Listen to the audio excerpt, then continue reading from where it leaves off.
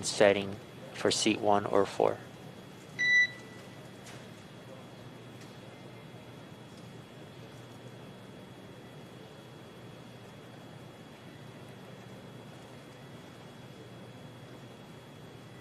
Okay, that's complete, and I did it on seat 1.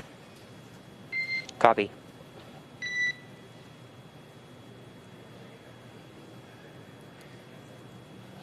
And expect the transition to far weight momentarily. Okay, copy that.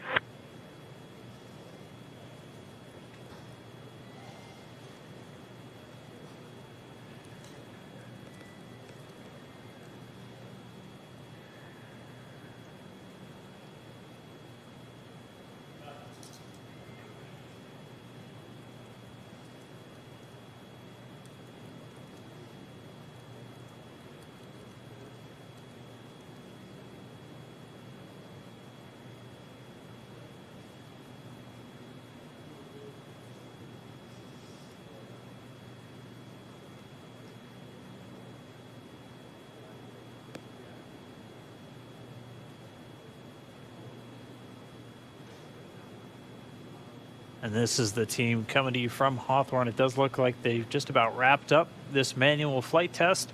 So again, we're able to watch Doug Hurley, the commander of Demo 2, take control of the Dragon spacecraft using those touchscreen displays. At this point, they're handing control back to Dragon's flight computers, and that'll be the last major task for them other than dinner. Yeah, so as we can see on their screens there, they are completing, and like we mentioned before, we do have a simulation available online if you want to check out what it's like to steer Dragon manually yourself. Just head on over to, I believe it's iss-sim.spacex.com. Yep, that's the one. And at this point, you've seen what the actual Dragon controls look like. So the ones online will look very familiar. Looks like we did just lose that ground station connection, so the video drops out inside the cabin. But that's one major flight test in the book. That's one of our major milestones for this mission. Again, it's a demonstration mission, so we're trying to really put the Dragon spacecraft through the paces. The next thing that's going to be coming up for them is their first meal on board Dragon. Yeah. So just real quick, that view that you see there on your right-hand side, that's coming to us live from the International Space Station, Bob and Doug's ultimate destination for this particular mission. Dragon SpaceX, you are now back in far weight. You're welcome to start your meal at your discretion. We've reconfigured interior cameras to no interior, and enjoy your new spaceship. We are definitely doing that. Yeah, let us do a little housekeeping and get a little bit of dinner, and we'll call you back and bring you on board once we get everything cleaned up. But it's been a spectacular spaceship so far. Congrats to the Dragon teams and obviously everybody there in Hawthorne that's done all this work to get us up here. Thanks, guys. Boost burn is in 30 minutes, and next time you'll hear from us, it will be with Laura.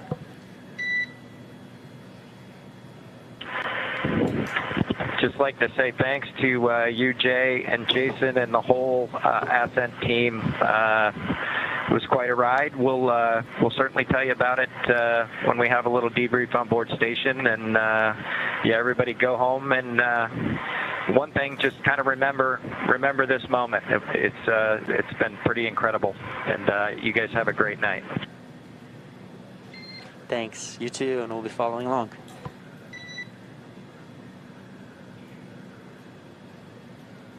So what we heard there, a little bit of back and forth between mission controllers here in Hawthorne. Behind me and Bob and Doug chasing down the International Space Station. We had confirmation that Farfield went well and that the capsule was put back into its autopilot, essentially. So they will now be starting up their evening meal.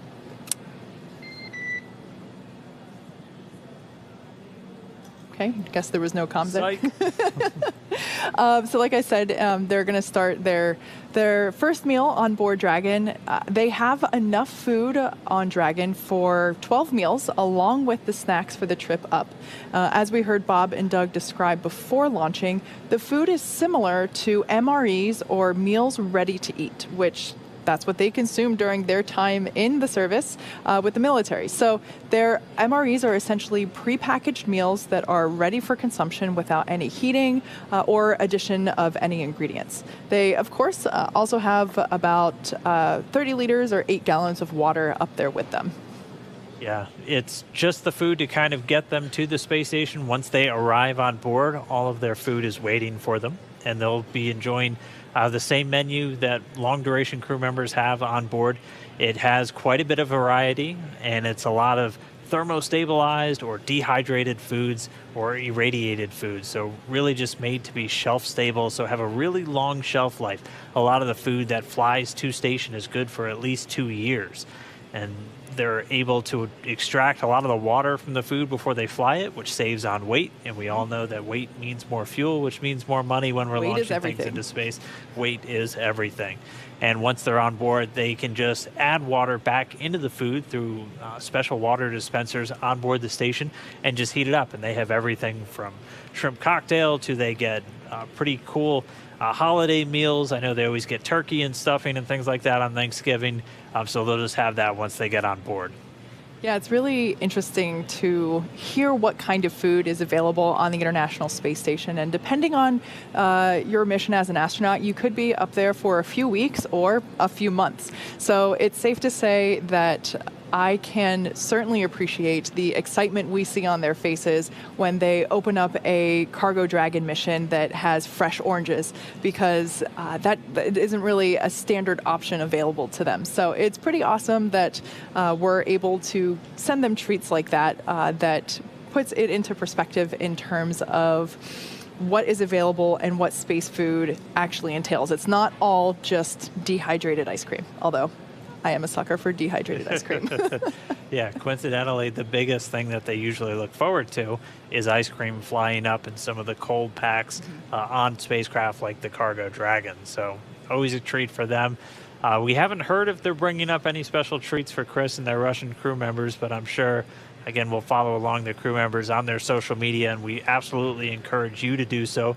Both Bob and Doug are on Twitter, and you can go check them out and follow their entire mission throughout and just see what they're doing in space every single day. Yeah, they're also both on Instagram.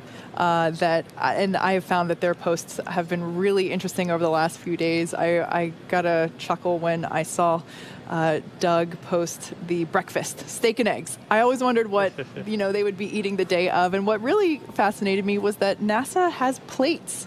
I was not expecting there to be a NASA plate being served to them, and I just thought that was a nice little insight into their life as preparing for Demo 2. Yeah, the meatball's everywhere right now. It's everywhere. I personally, I'm a big fan of the Worm. I'm certainly with my co-host Lauren Lyons on Team Worm there from the earlier webcast. Just real quick, we have a tweet that we would like to share with you all. Proud to yield the title of the last commander of an American launched spacecraft to @AstroDoug, who with @AstroBenkin has returned U.S. to space from KSC after 3,252 days. Well done at commercial crew and SpaceX. Yeah, and of course, so that tweet comes from Chris Ferguson. He was the commander of the very last shuttle mission, STS-135, which Doug Hurley was his crewmate and his pilot for. Chris Ferguson works with our other commercial crew provider, Boeing, and he's been instrumental in the development of their Starliner, and will be on the first Starliner mission to carry people along with NASA astronauts Mike Fink and Nicole Mann. So really cool. It's really just kind of a big space flight family. We all like it when each other succeed, and so it's really great to see those words from him. Yeah, absolutely. So, like we said, the crew will be coming up to their evening meal. Like we mentioned before, they are MREs, or meals ready to eat, which is what Bob and Doug both would have consumed while they were serving in the military. So they would be pretty familiar with this. I associate MREs with kind of like camping food, your granola bars, the things that you can just pull out of your backpack and eat on the way. No water added, no temperature changing, just straight out of the package.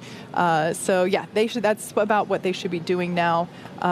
As we are, let's get a quick check. We're approaching the T+2 hour mark here in a few minutes. So gosh, I can't believe that we lifted off 2 hours ago practically. Time has flown and stayed still all at the same time. Yeah, it definitely doesn't feel like it. I mean, in addition to that meal, though, the other major milestone we're going to be looking for is the second of our 5 burns to get to the International Space Station. It's going to be the boost burn. That's coming up at about 2:42 p.m. Pacific time, or in about 22 minutes or a little bit more. So we're going to be looking out for that. We're going to be following each of these burns as they happen, as those are really the critical mile markers essentially on the flight to the International Space Station. After a calculated amount of time based off of our orbital data, they're going to do this boost burn, and that's going to raise Dragon's orbit to just about 10 kilometers lower than the station itself.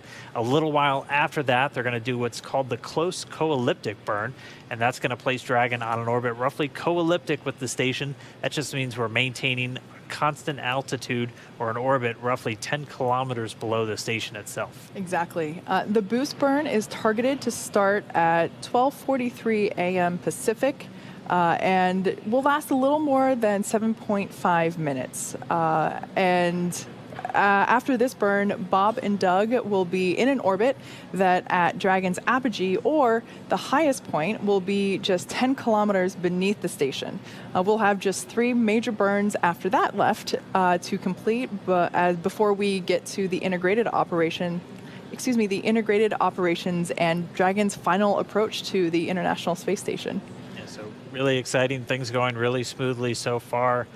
We were spoiled with a really beautiful launch and a ride uphill, Dragon being carried into orbit by that Falcon 9 rocket. We've already completed our first successful burn, and that was the phase burn, which was just about an hour ago. It was completed successfully at 1:16 p.m. over here on the West Coast. The manual far-field flight test, so Bob and Doug taking control of Dragon, Doug Hurley at the controls, changing Dragon's attitude, or its pointing, to put it in a very specific orientation, done successfully. And right now the crew is stepping into that evening meal, and we're just going to continue to count down until we get that next boon, the boost burn. I've been talking for way too long. You must be very tired at this point. Very amped up still. We've got Americans in space on an American spacecraft. They'll launch on an American rocket from American soil. So, I mean, it's a great day so far. And we've got a long flight ahead of us still, and a lot of things that we need to do in order to make it to the International Space Station on time, but everything going really smoothly. It actually looks like they're getting ready to do a handover inside the flight control room here in Hawthorne, and I know the teams over in Houston also getting ready to do that handover.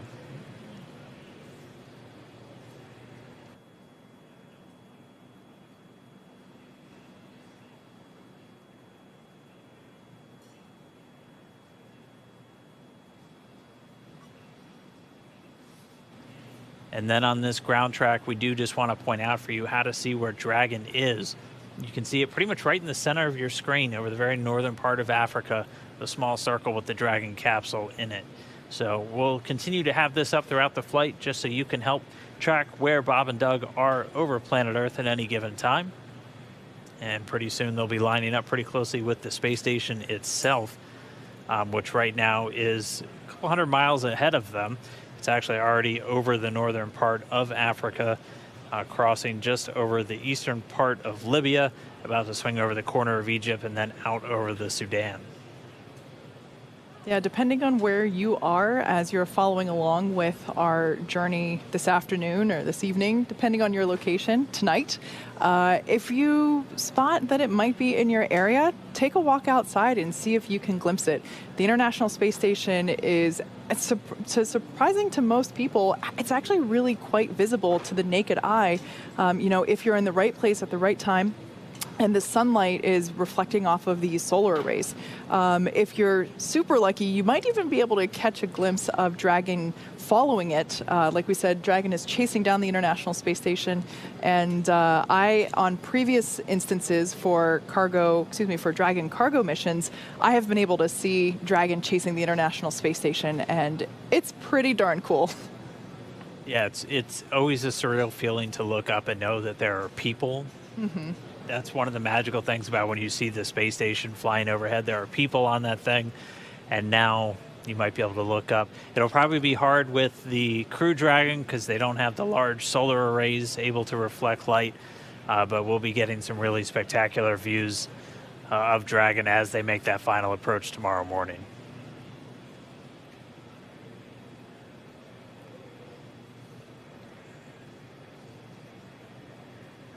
But for right now, things a little bit quiet. We are a little over 17 minutes away from that boost burn. The crew on board, Bob and Doug, moving into their evening meal. And we might have a little bit of chatter between them and the ground over the next couple of hours. They are scheduled to go to sleep, though, wrapping up a pretty long day in a few hours.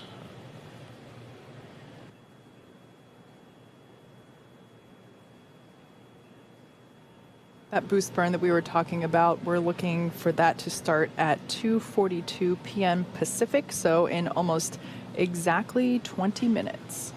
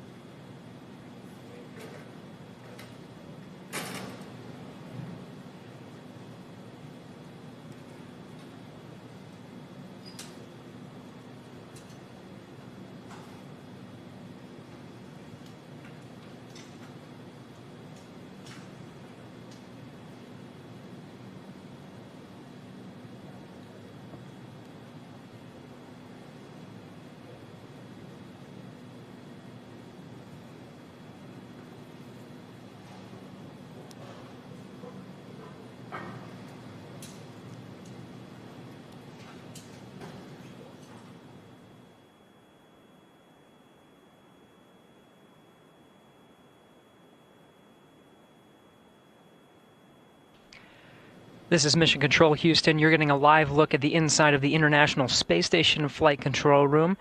You were just hearing over from Hawthorne that the teams there are about to enter into a handover. We're going to do the same here in Houston from the International Space Station Flight Control Room. That is one of 3 operational rooms that we're going to be using throughout the flight of the Dragon. Now, because of COVID-19, we actually opened up all 3 operational rooms to control the flight of the International Space Station with the ultimate goal of ending up right back here in Ficker 1 for docking. Very shortly, we'll be handing over to the blue flight control room. Last time maybe you have seen this room was during the flight of Exploration Flight Test 1, or EFT-1, the first test flight of Orion back in 2014. The teams here will hand over to the blue flight control room, then to the white, and we'll end up back here for the docking of Dragon with the same team you see here, led by Flight Director Zeb Scoville. Zeb Scoville gave some kind words to the teams here of Orbit 2 that oversaw the launch and took part in this historic mission today, and offered some congratulations to the SpaceX teams over in Hawthorne, congratulating them on a job well done and setting a new standard for the future of operational missions. Really looking forward to not only commercial flights, but ultimately this is maybe what the moon looks like. Now, Chris Cassidy aboard the International Space Station is about to enter into his designated sleep period. He's shifting a little bit from Bob and Doug, entering into his sleep a little bit earlier than the two crew members aboard Dragon are. But just before entering into this sleep period, he was able to say some kind words to Bob and Doug, even make a joke, and I'm paraphrasing here, that I think they just wanted to delay so they didn't have to do the cleaning duties aboard the space station today. Saturday is usually designated for cleaning the space station. Bob and Doug taking their time getting to orbit, but ultimately getting up there today. Everything going according to plan. So again, flight control teams here in Mission Control Houston about to hand over to the new teams over in the blue flight control room. We're counting down to the boost burn. We'll be following every step of the way, entering into orbital, into joint operations here soon. Laura, before that boost burn, I'll toss it back over to Hawthorne. Outstanding to hear your voice from space. How are you today? I am doing wonderfully. I am so happy to be talking to you guys today. Yeah, it's great. It's great to hear your voice, and we're ready for the boost burn words. Yes, Doug, SpaceX is go for the boost burn, and you can monitor per your displays. Copy, go for the boost burn.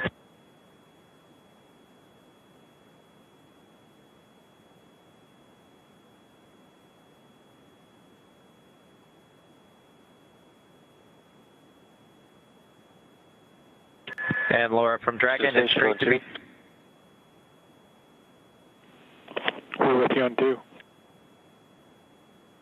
Josh, any expectation of changes to the timeline tomorrow, or what's on board we think is pretty solid? Doug from SpaceX, are you still with us? And Chris, as far as we know it, as you see it, We had a temporary LOS for a teacher's handover. Can we have your words one more time? Yeah, it's just great to be talking to you and Chris and the whole team as we work our way towards our first bedtime in space. Yeah, we are looking forward to that. We'll talk about the rest of the timeline in between the next 2 burns, and we'd also like to tag up quickly on the media event in between those burns when we're complete with this first one. That sounds good.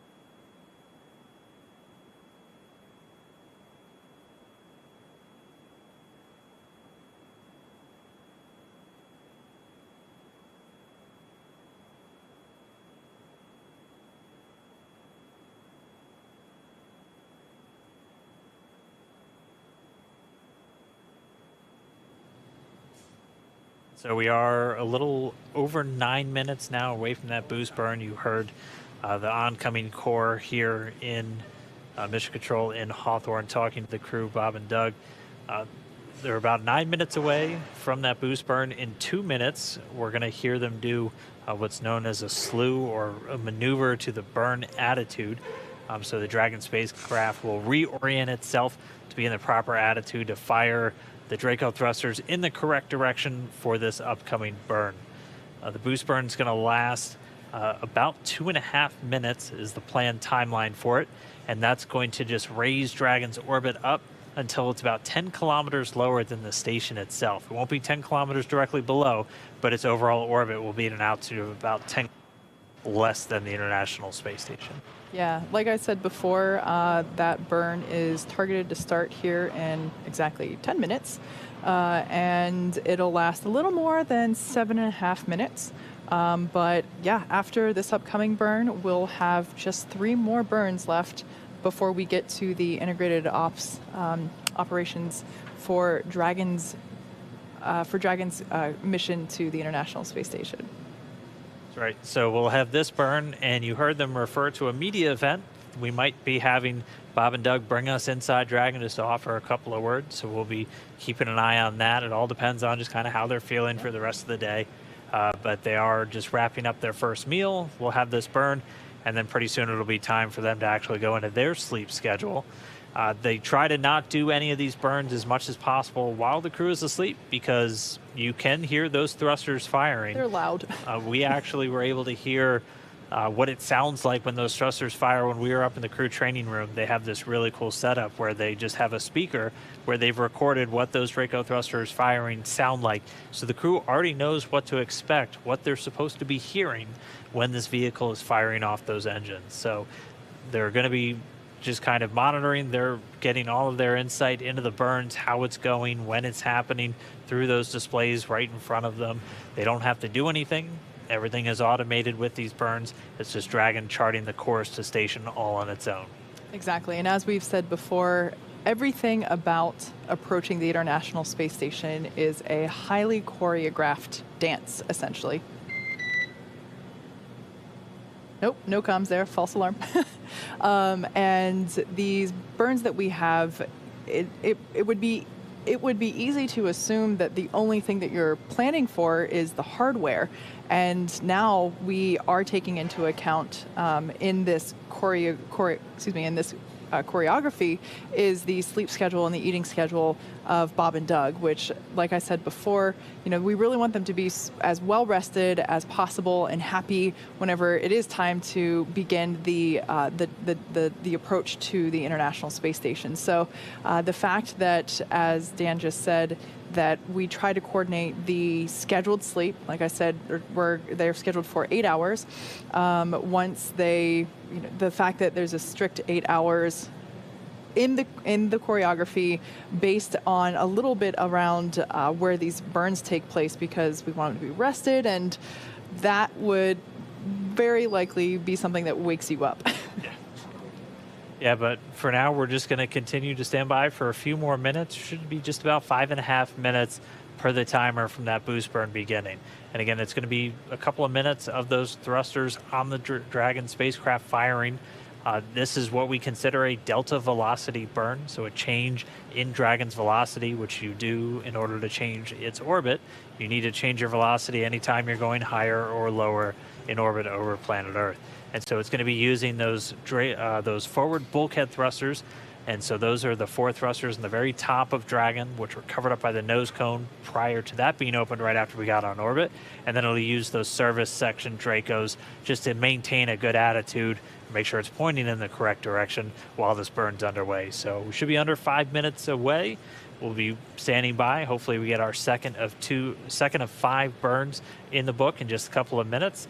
And then it'll be just kind of the last few items for the crew to do before they head into their sleep period.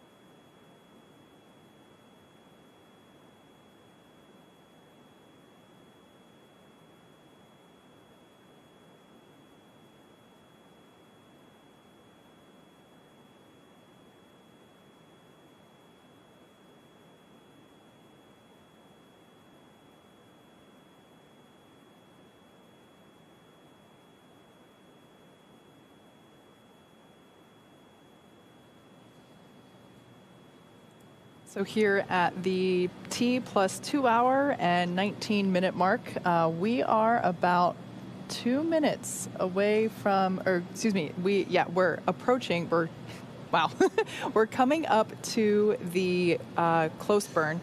And like I said before, that will take place for a few minutes.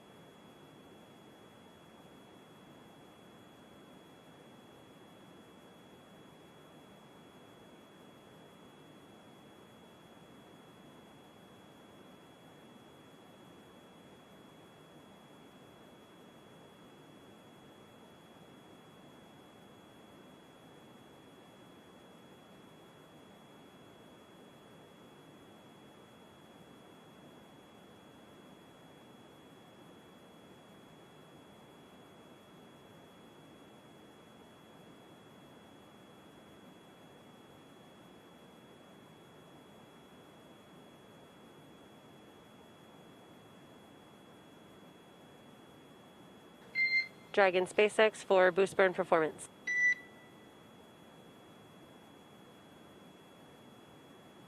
Go ahead. Yeah, Doug, the boost burn is complete and was nominal.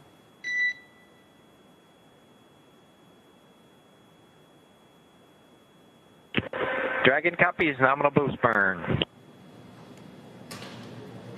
And Doug, just a quick question for you. Wanted to know if you guys were ready for us to come back on board.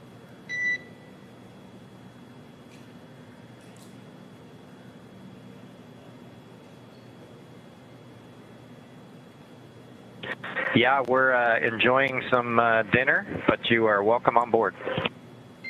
Copy. We'll enable the video. All right, so everything that we had there was all good news, confirmation that the boost burn was nominal.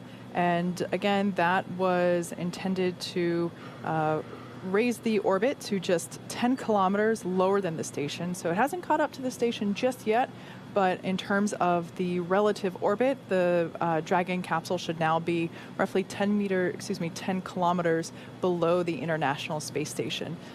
So that's in contrast to only being 10 kilometers below the station during Dragon's apogee, or, let me back up a little bit. Will be the next major event that we'll have will be the close co-elliptic burn.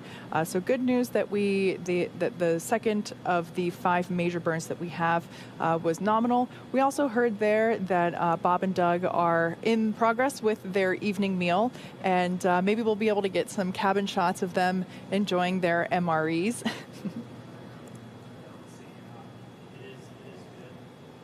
Actually, I don't know if people can hear me right now. My microphone died for a little while there. I'm sorry, everybody. But yeah, so we're two of the burns down, that phase burn and that boost burn complete. The next one coming up, as Kate was saying, that close co-elliptic burn.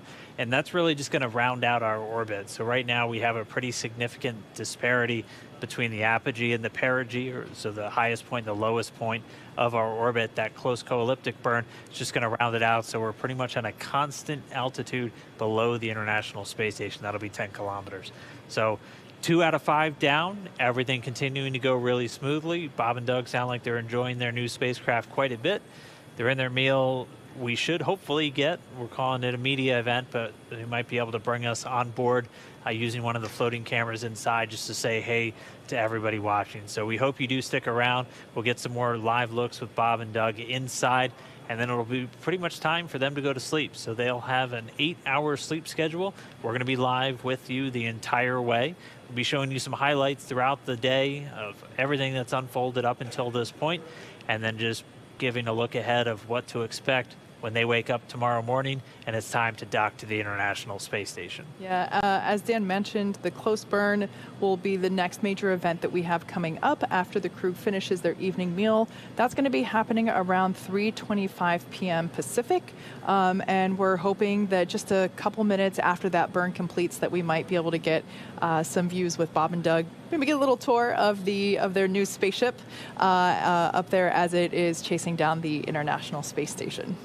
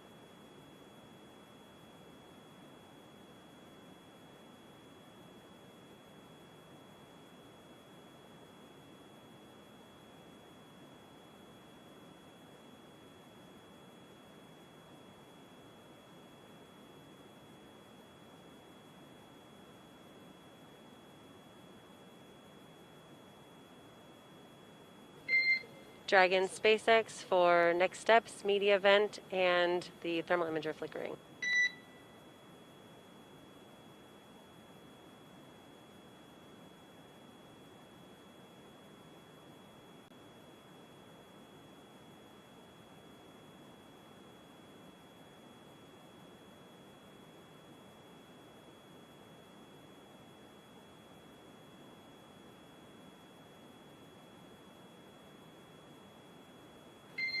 Dragon SpaceX for next steps.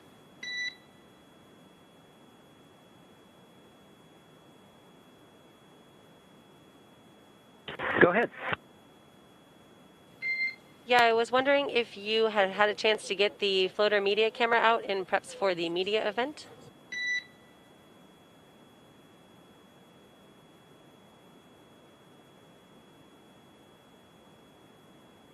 No, we haven't yet, but we can certainly put that in work if you guys want us to. Yeah, Doug, if you could grab that and put it somewhere that is on a non-interference basis, we'd like to do a checkout of it, possibly over the next ground station pass.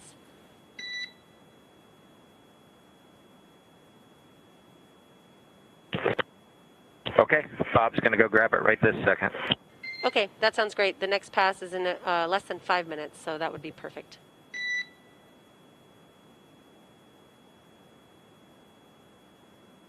And Doug, in addition, I've got some words for you on the thermal imager flickering that you saw during the manual piloting, if you are ready for that.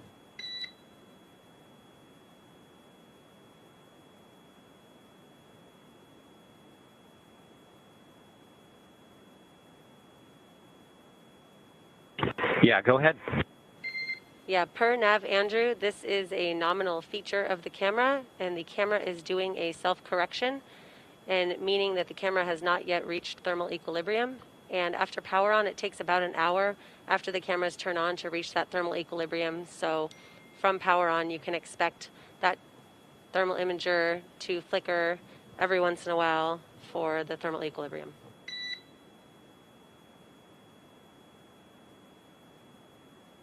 Okay. that all sounds good.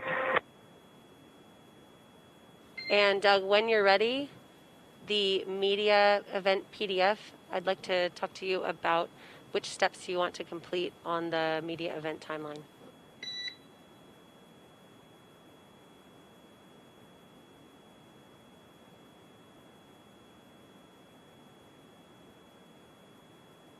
Okay, let us pull it up.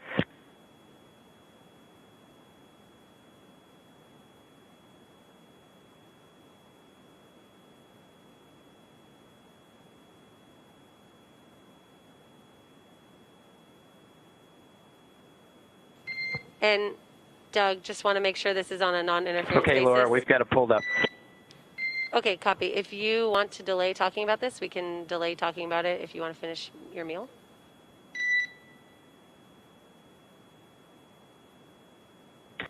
Yeah, give us a couple minutes and we'll call you back. That sounds great. Thanks.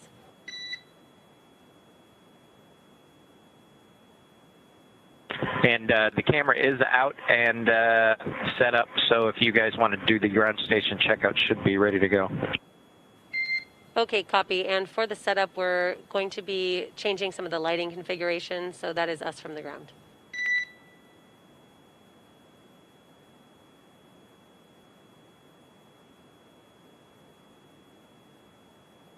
Copy.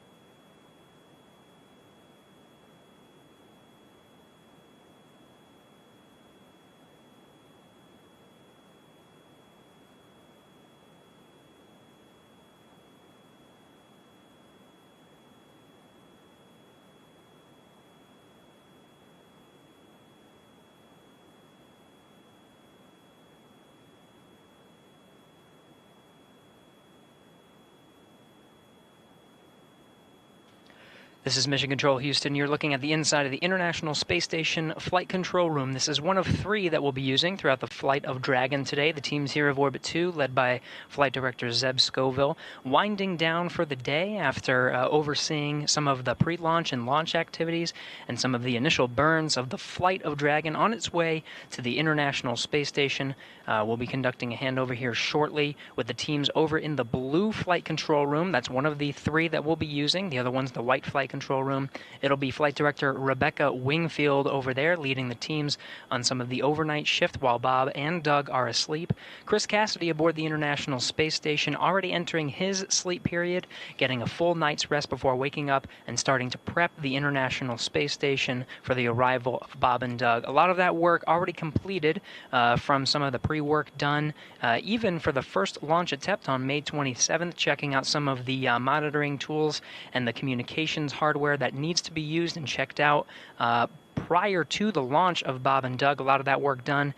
Today, Saturday, the main task of Chris Cassidy was cleaning the space station, and of course, he's got the rooms prepped for Bob and Doug upon their arrival. We're now entering into a media event. We'll be able to see some views from inside the Dragon.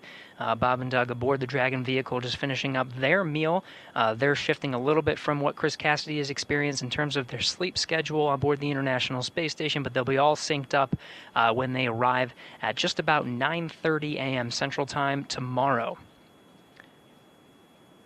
Again, teams here winding down. Flight Director Zeb Scoville's Orbit 2 team will be handing over shortly to Rebecca Wingfield over in the blue Flight Control Room. Until then, we'll toss it back over to Hawthorne to take us through the media event coming up here shortly.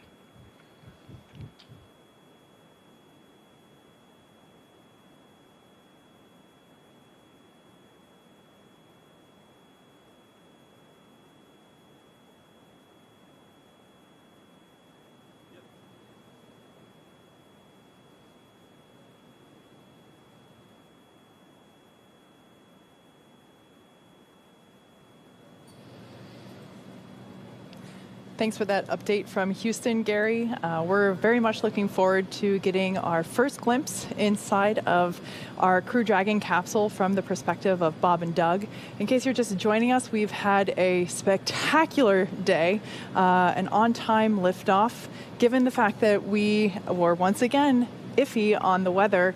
Just seeing the blue sky come out in force upon liftoff was quite a sight. And just real quick, I'll check the clock here. Yeah, we've just passed the T+.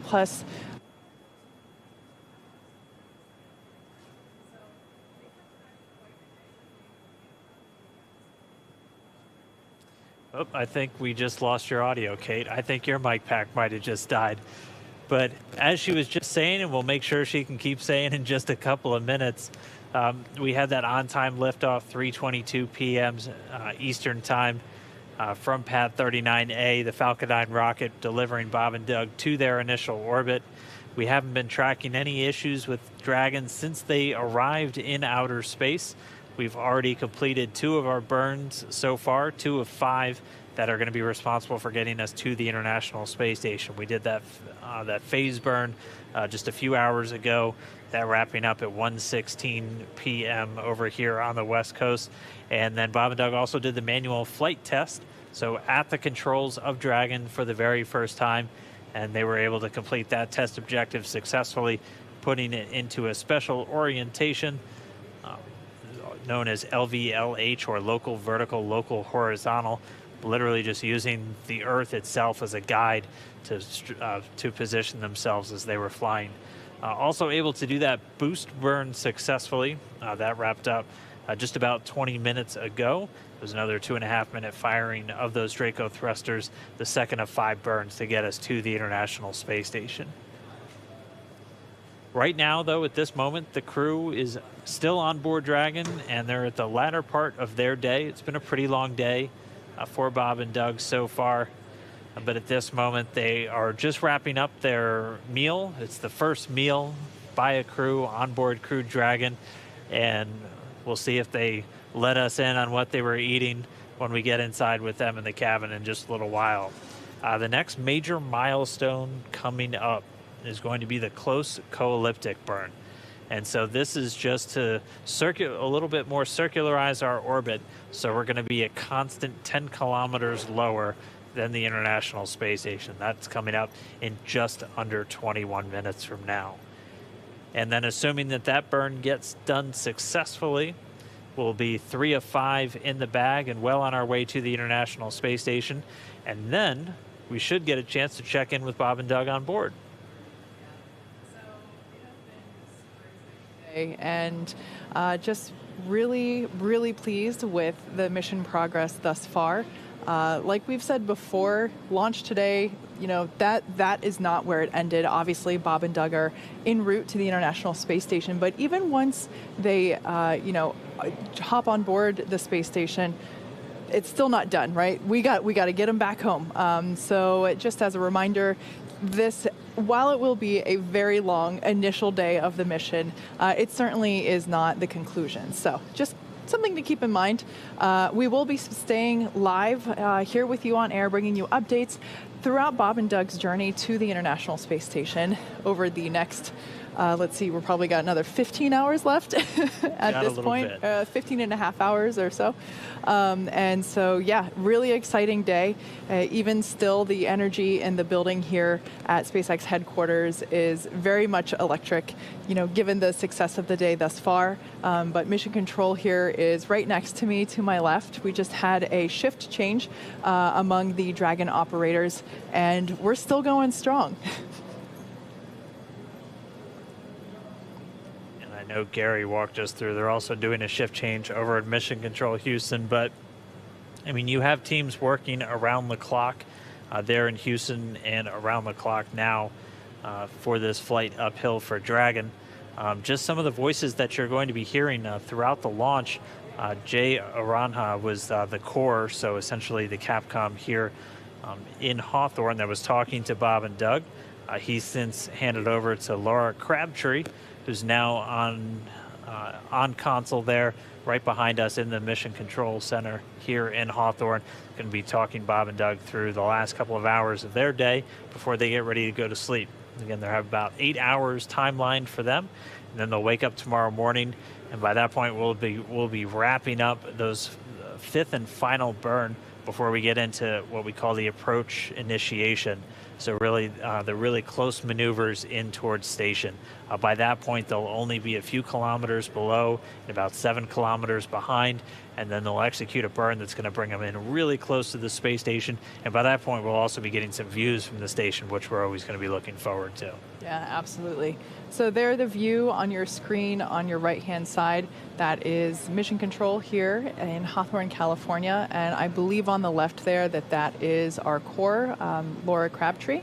And like Dan just mentioned, she would be the person that is communicating back and forth with Bob and Doug, walking them and confirming walking them on upcoming events and confirming procedure points. And so it has been a wonderful day. And getting back to the next event that we have coming up in exactly 20 minutes or thereabout, exactly almost. About 17 and a half 17 and a half minutes, yeah. We're going to get to the close coelliptic burn, or close burn. And like we've said before, that will place Dragon on an orbit roughly coelliptic with the space station. Now, as a reminder, there are 16 different thrusters available for Dragon to use for these on-orbit maneuvers. The 4 forward bulkhead Draco thrusters is primarily used for these bigger delta velocity maneuvers, like we would be executing here with the close burn. The 12 service section Dracos are around Dragon's base, and those are used for attitude and low impulse translational control. A mix of these have been used for each of these burns, and we of course have redundancy built into Dragon if we run into issues with any of the thrusters during the mission. So yeah, we should be coming up to that burn in about 16 minutes. When we get there, it's going to be a fairly long one. It'll be about a 10-minute firing of those thrusters. So once it starts, we'll just continue to hear. We should get some check-ins from the core to the crew as it's going to update them. And then, of course, at the very end, we're looking out for those words, good burn. That's what we want to hear. And they're continually adjusting the timings of these burns based off of just how much Dragon's velocity changes on the way uphill. We have some pretty specific times down to the second where they're initially planned, even days or even weeks out sometimes before they launch. But they're constantly readjusting in real time just how long these burns are going to occur and how long or when they're actually going to happen. And this is just part of the nature of orbital mechanics. We're trying to hit one speeding bullet with another one as Dragon continues to raise its orbit over the next several hours.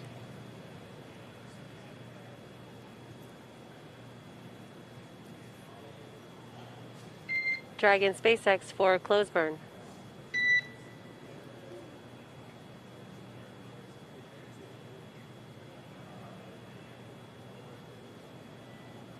Go ahead.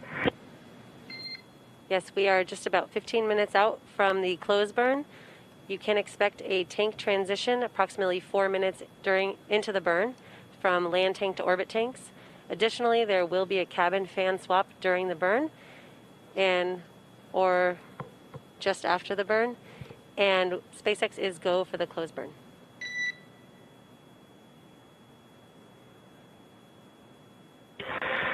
Go for the close burn, and we copy the tank swap and cabin fan.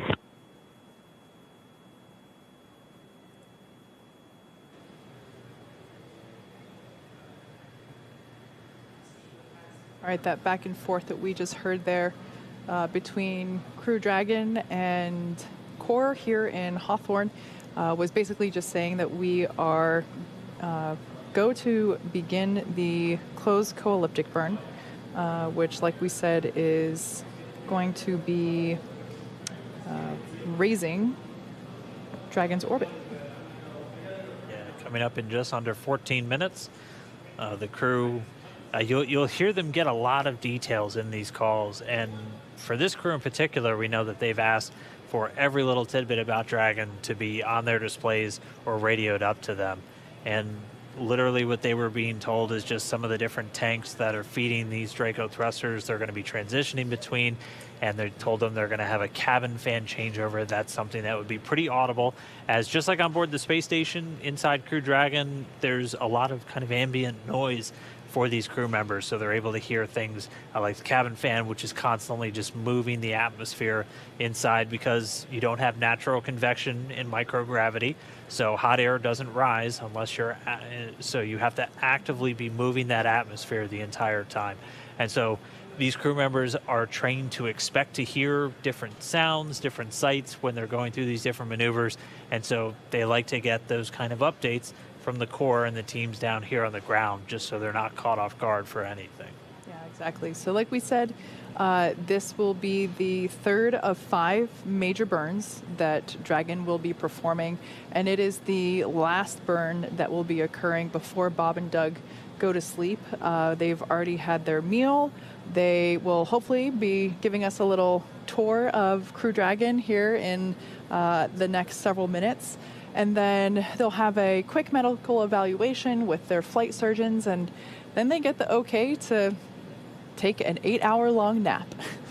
And again, we want to make sure that we're allowing them, to the best of their ability, get those full 8 hours. So that is why, we have this close burn, and then we'll do the last couple. SpaceX Dragon. Go ahead. Hey, Laura, would you mind taking the cameras down for a couple minutes if it's convenient? Sure, we can disable the interior cameras for you. I did have one additional question on the breathing masks when you have a minute. Go ahead. Yes, we were wondering if you had pulled them out and stowed them yet. Yes, we have. They're right next to each of our seats. Okay, copy. Thank you very much. And Doug, just want to confirm we do have no interior cameras configured. Thank you.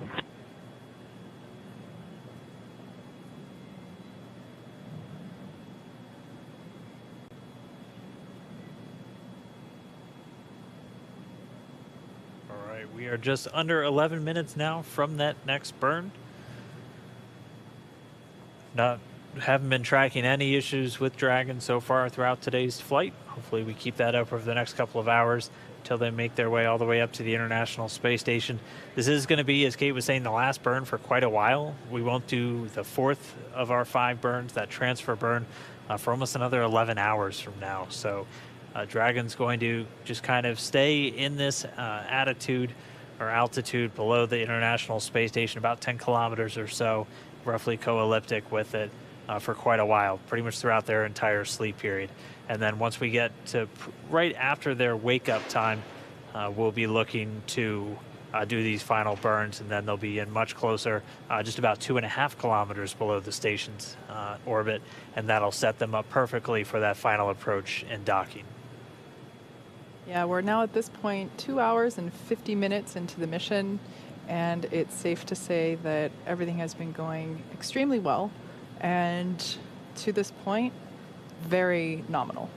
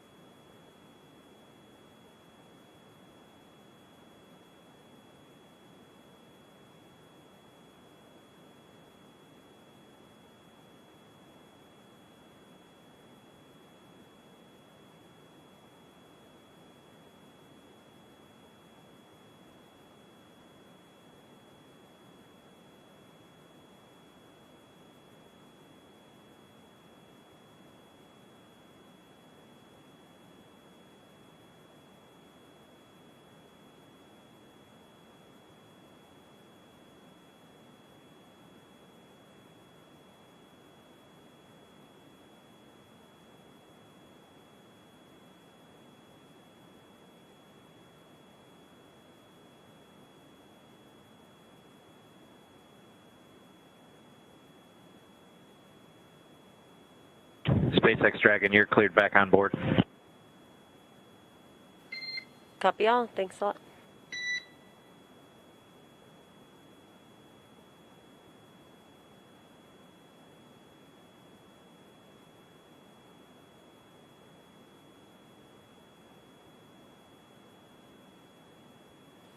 And Dragon SpaceX, when you have a minute, I'd like to sync up with you on the media event.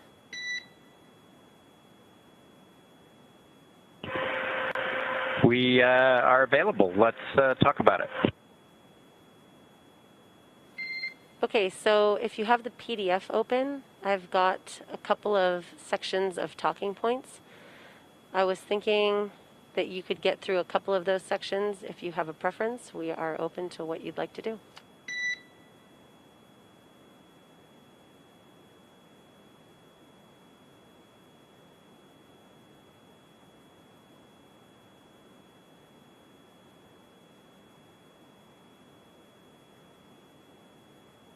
Yeah, I think after the introductions and potentially the displays, I think whatever you guys want to do from there would probably work.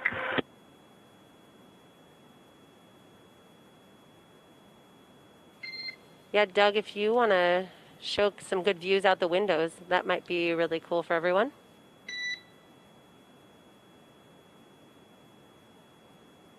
We definitely plan to do that if we're still in a day pass. That'd be cool.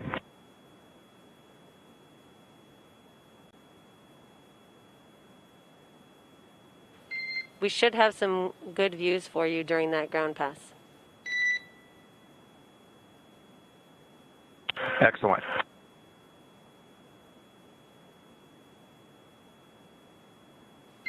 So, Doug, if you guys can get through section A, B, and maybe C, and just as a reminder, about 2 minutes from LOS on the ground station, if there is a break in your voice comms, I'll give you a reminder of that 2 minutes. Okay, copy that. Thank you.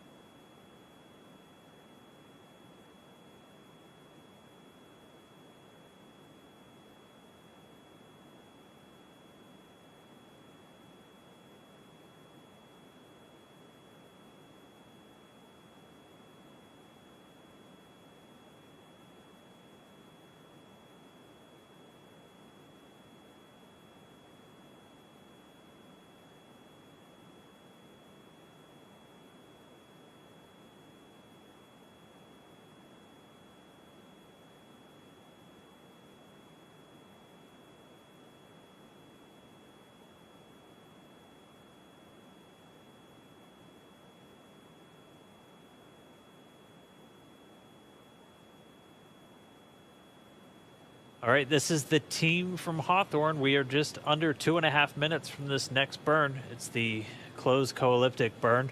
This will be the third out of the 5 that we're looking to do on our flight up to the International Space Station. We've done 2 of them successfully so far, and this will be the third.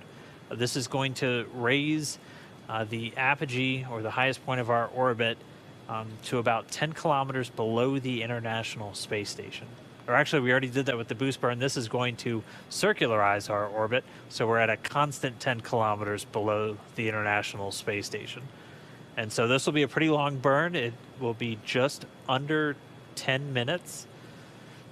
And so we'll check it out. We'll hear when the burn initiates, and we'll get some updates from the teams and the crew on board. Bob Benkin and Doug Hurley should get some calls based on how the burn is going. And then, of course, at the very end, we want to be looking out for those words, nominal burn or good burn.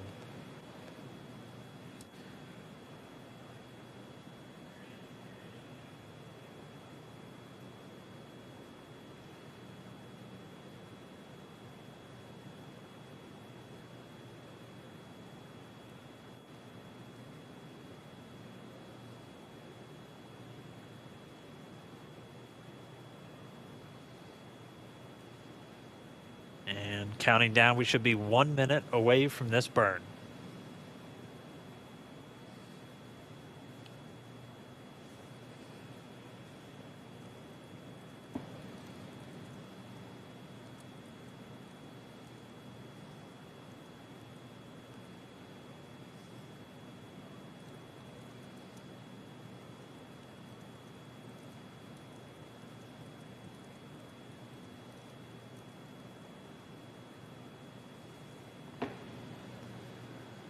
"30 seconds to the burn."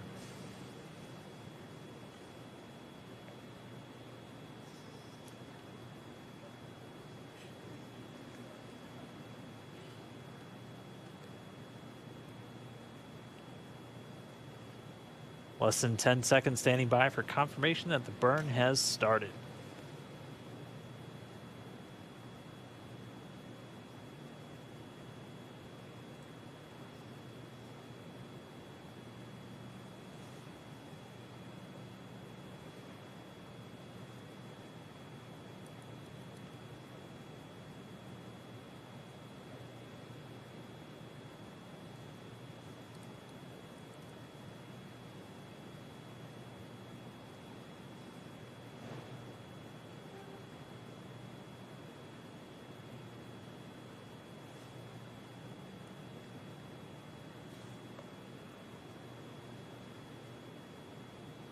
And so we're seeing data this burn has begun.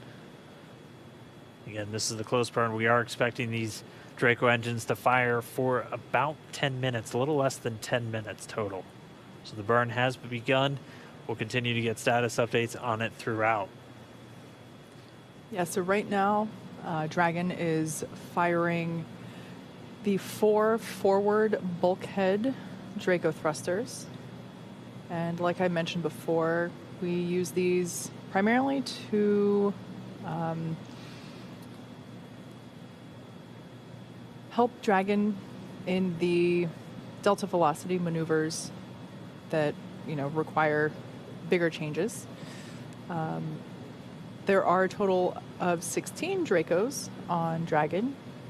The other 12, so we got the 4 that are firing right now.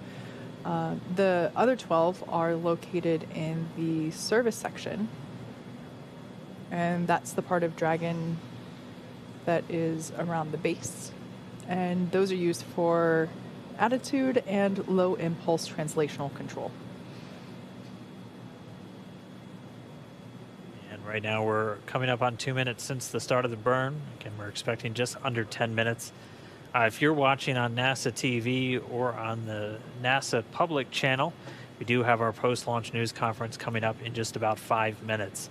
So we'll have a number of personnel from down there at the Kennedy Space Center. We'll have Administrator Bridenstine and the manager of NASA's Commercial Crew Program, Kathy Leaders, and then a representative from our partners at SpaceX, along with Kirk Shireman, the manager of the International Space Station Program, and the NASA Chief Astronaut Pat Forrester. Again, if you're watching the coverage on NASA TV, on the public channel, that'll be coming up in about 4 minutes. For those of you still following us along on the SpaceX channels, our operational coverage is going to continue. We have this burn already started. It's the 3rd of our 5th, and we are coming up, we're just past 2 minutes and 50 seconds into this burn. And if you've stayed with us this long throughout the entire webcast, we thank you. It has certainly been an exciting day, but just another thing for you to look forward to. In about 10 minutes, we're hoping to be able to chat with Bob and Doug and get some views from their point of view inside of Dragon and hear more about how the ascent phase went for them. Yeah, this is the first time we're really going to hear from them. They've been fully in operational mode the entire time, talking with the team down here in Hawthorne, so they're going to bring us on board. We heard a couple of the exchanges, even going to give us a look out the window. We should maybe even be getting a sunset, which will be pretty spectacular. But we're going to get to that after this burn is complete. We're almost at 4 minutes since the burn begun. And again, all told, it'll last just under 10 minutes.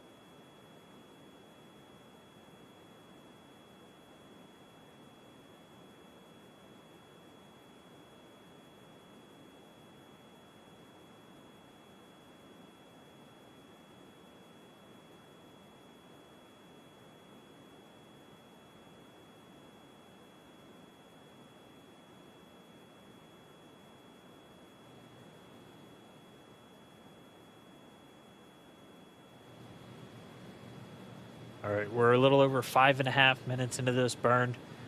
Again, right now we're doing the close co-elliptic burn. So the highest point of Dragon's orbit at this point brings it about 10 kilometers lower than the International Space Station's altitude. Not directly below it at this point. We're still pretty far behind it, but we'll be about 10 kilometers below. This burn is just to raise the lowest part of Dragon's orbit, the perigee, up until we'll be on what's called a co-elliptic orbit. So our orbit is at a lower altitude, but it maintains pretty much the exact same lower altitude as the International Space Station. So we'll be on an elliptical orbit, so not a perfect circle, but we'll be at a steady 10 kilometers lower than the space station itself. And this will be the third of those 5 burns. And this will be the last one we do for about 10.5 hours, because after this one, the crew will be getting ready to go to sleep. And then right around when they're waking up, we'll get into the 4th and 5th burns, the transfer burn and the final co-elliptic. And that'll put us well within reach of the International Space Station. And we'll be starting all of that approach, rendezvous, and docking. So everything going well so far. We're 7 minutes into this burn. Should be just a little over 2.5 minutes to go. And we'll be standing by for confirmation of good burn once it's complete.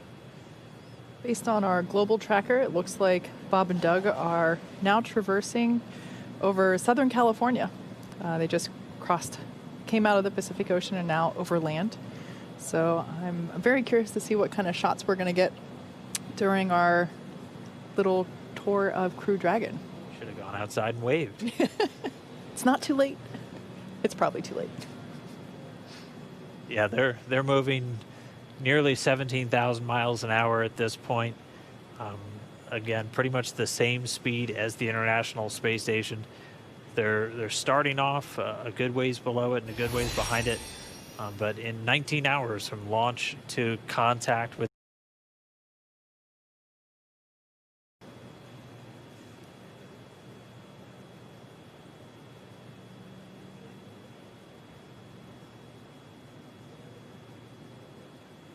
just crossed 8 minutes into the burn.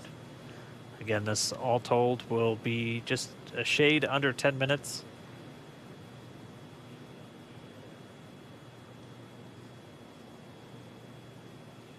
The completion of this burn will be the third of 5 major burns that Crew Dragon will be performing. Again, this is all autonomous. Dragon is self-steering.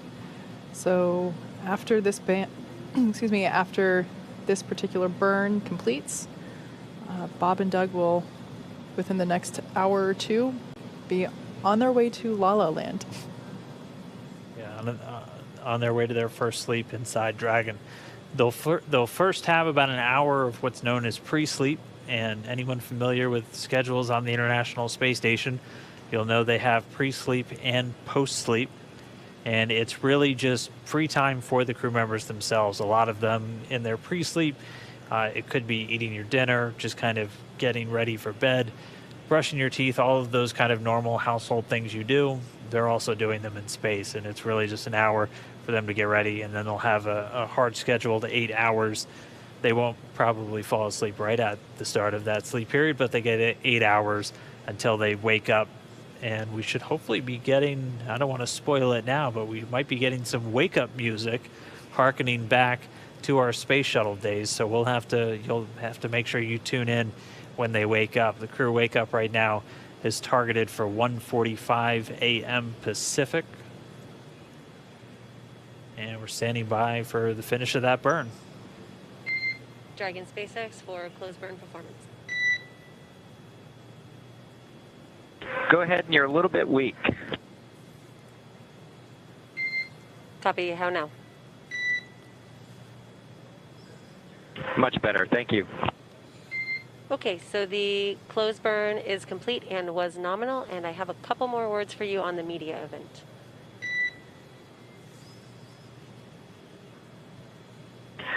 Okay, copy, nominal burn, go ahead.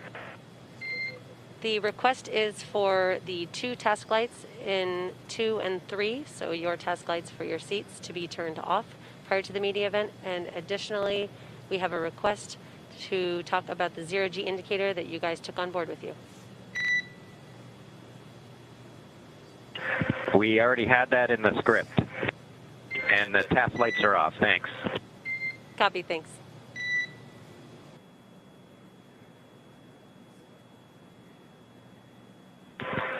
And we are ready anytime. If you guys want to do the count, it looks like the ground station will be up in about a little over a minute.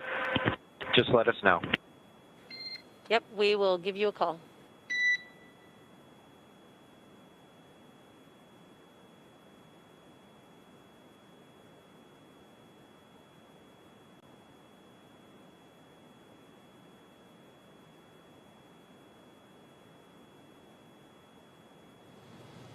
All right, we had a successful close burn, so that's 3 down, 2 more to go, but we won't get to those until tomorrow when it's time for the crew to wake up. That's going to do it for me for now. I'm going to hand off to my colleague Leah Cheshire, who's going to be hanging out with Kate and everybody else following along as we get ready for the crew to go to sleep. First, we're going to have that really cool media event. I just heard they plan to tell us what that zero-G indicator. Some of you might have seen a very sparkly dragon floating around inside the capsule. We're finally going to figure out what that is. So I'm signing off, but I'm going to stick around just to watch that because I still don't know, and I really need to know.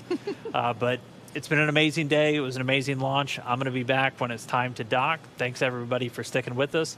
You're in great hands with Kate and Leah for the next couple of hours. I'll see you soon. All right. See you in the morning, Dan. So like you said, we're going to be stepping into a little media event. This will be the first opportunity that we've had to hear from Bob and Doug in non-procedural communications, basically meaning that everything we've heard from them have been pretty to the T in terms of, hey, this is what we're doing, this is how we're feeling. This little event that we have coming up, we'll be able to see the Dragon crew capsule from their perspective and get a little bit more info about how they felt on the way up.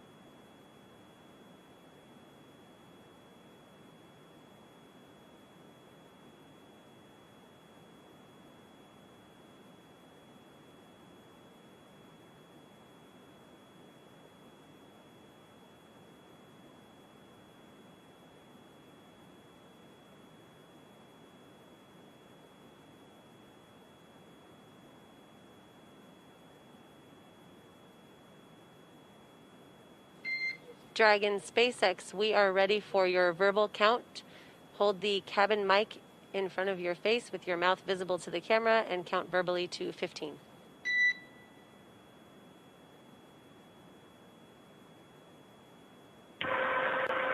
1, 2,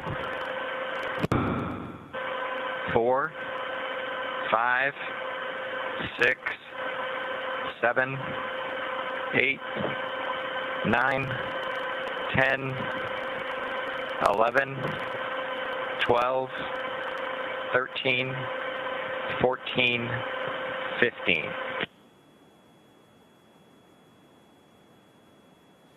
And Dragon SpaceX, we will give you a call when we're ready. Dragon copies.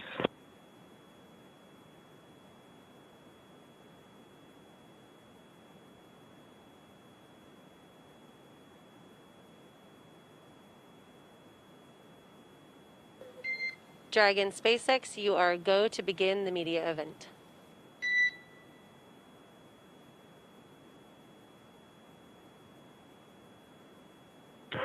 Dragon copies.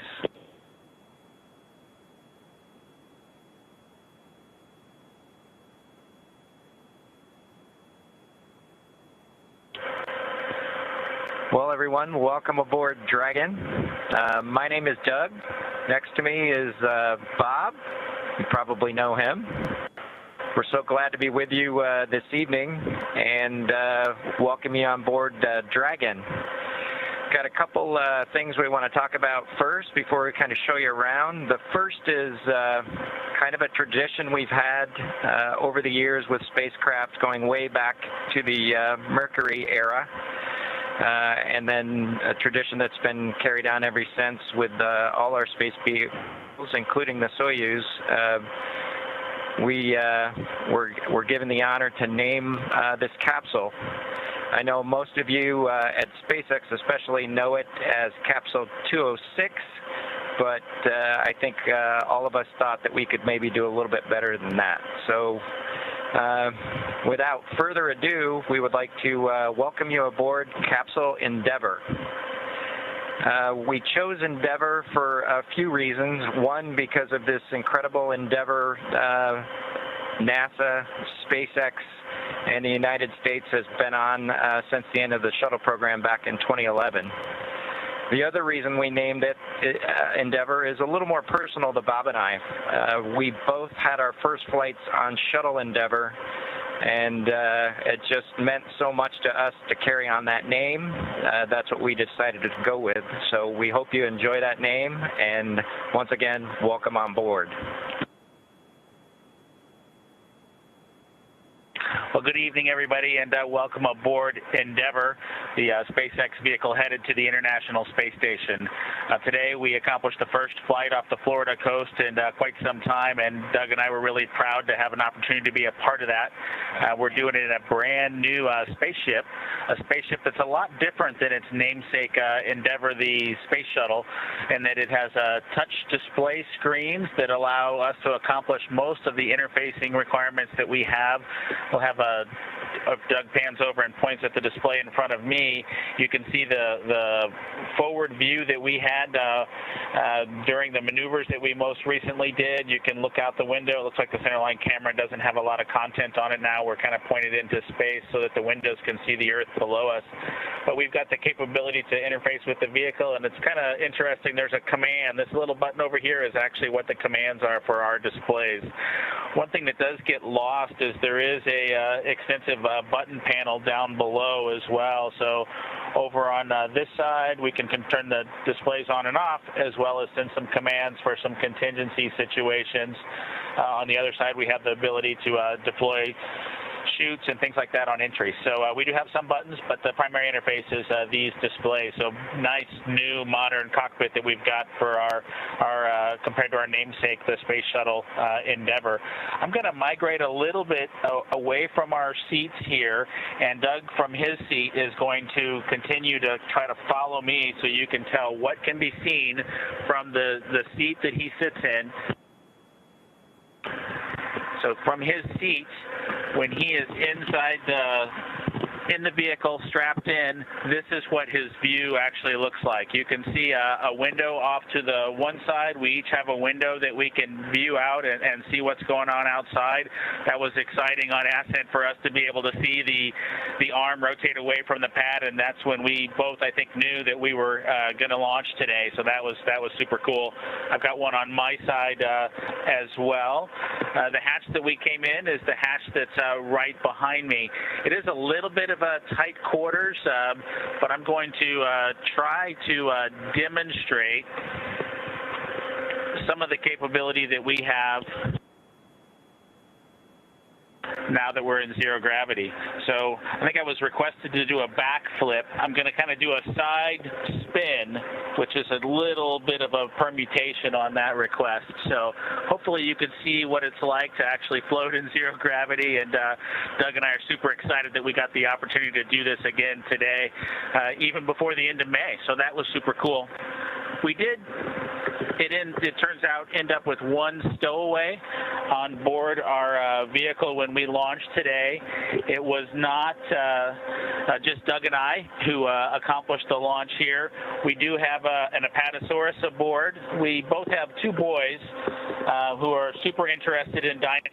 And we collected up all the dinosaurs between the two houses, and Trimmer, the Apatosaurus, got the vote from the boys to make the trip into space today with us. And so that was a super cool thing for us to get a chance to do for both of our sons, who I hope are super excited. They're totally floating around with us on board. I'm sure they would rather be here given the opportunity, but hopefully they're proud of this as well.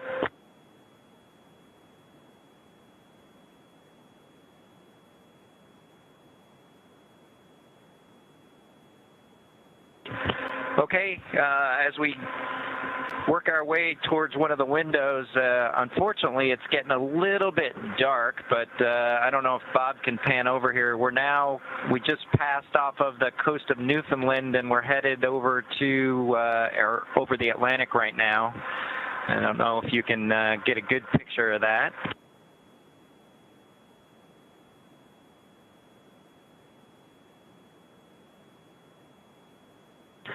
Anyway, hopefully you enjoy that view as we pass over the Atlantic. And I think with that, we will work ourselves back into the seats and wrap things up for this evening.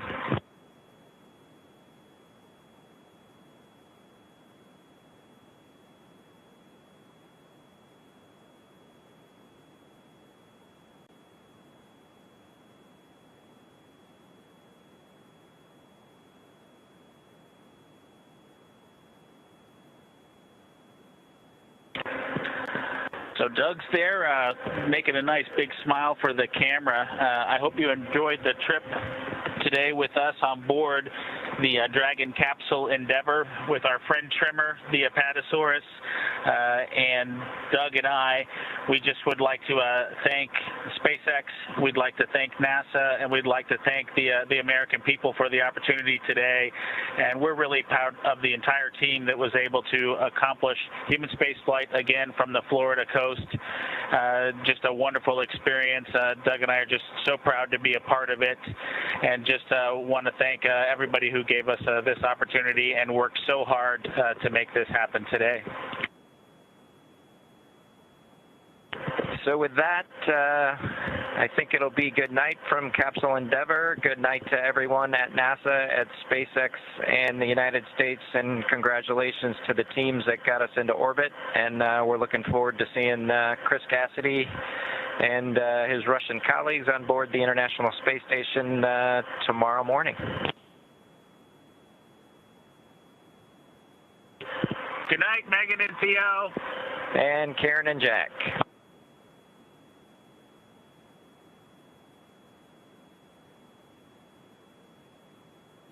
And Dragon SpaceX, thank you so much for that. I know everyone really enjoyed seeing Dragon and seeing how much all of you are, or the two of you are enjoying it. It was our pleasure, Laura.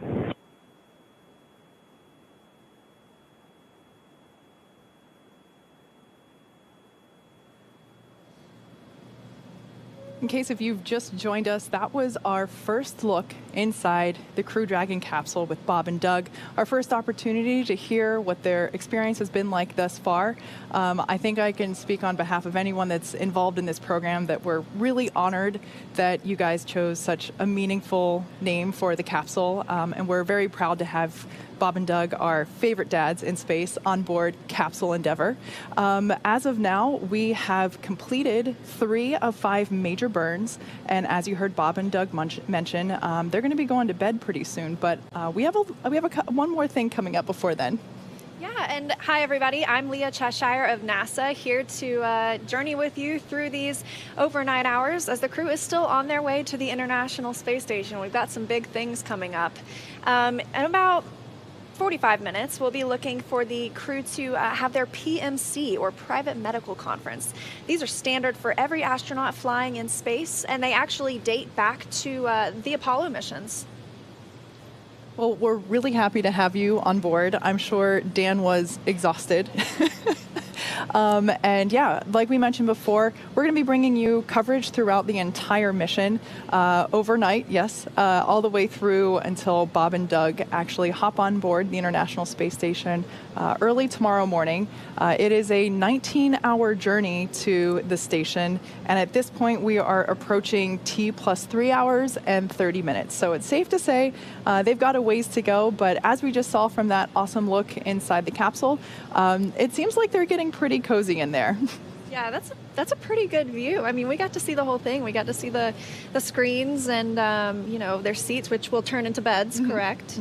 They'll stay in they will sleep in their seats, but the seats will keep the shape that they're in currently. So they will be in a bit of a chair position, different than their beds on the International Space Station.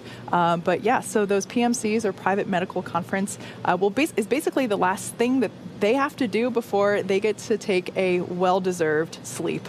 Yeah, they'll be able to talk to medical doctors, NASA flight doctors, they're flight surgeons as they're sometimes called on the ground, talking through their health and getting the feedback on their current status.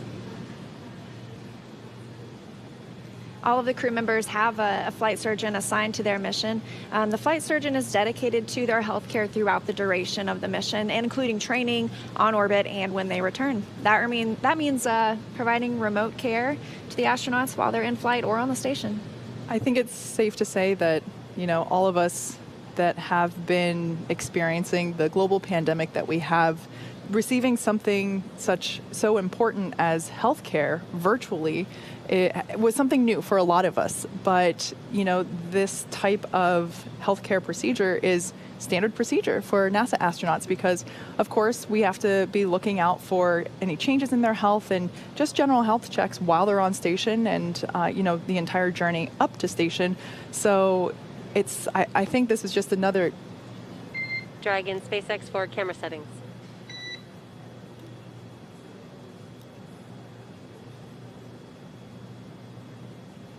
Go ahead, Laura.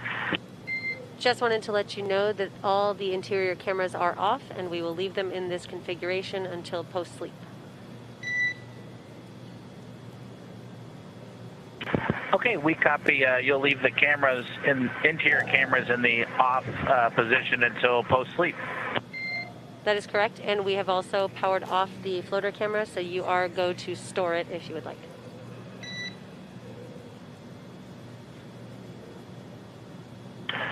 Thanks, Laura. We'll put that in work and get the floater camera stowed away and have it ready for tomorrow.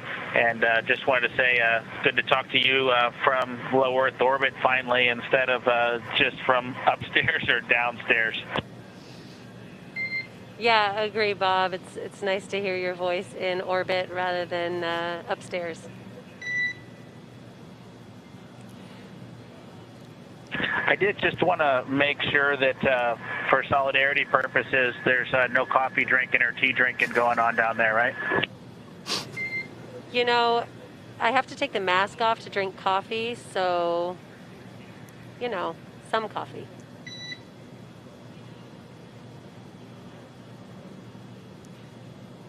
So that back and forth that we just heard there between Crew Dragon and Mission Control here in Hawthorne just letting them know that all the cameras are now turned off, and they'll stay turned off until after the post-sleep, or basically until Bob and Doug are wide awake tomorrow morning. And that's just for privacy purposes, obviously, while they're doing their health check and sleeping.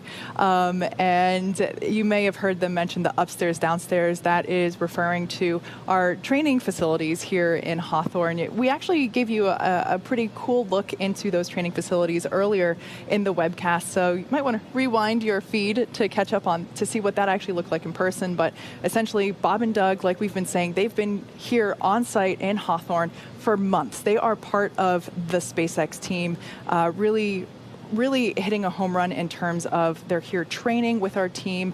We all work as one, and it has been that way for months.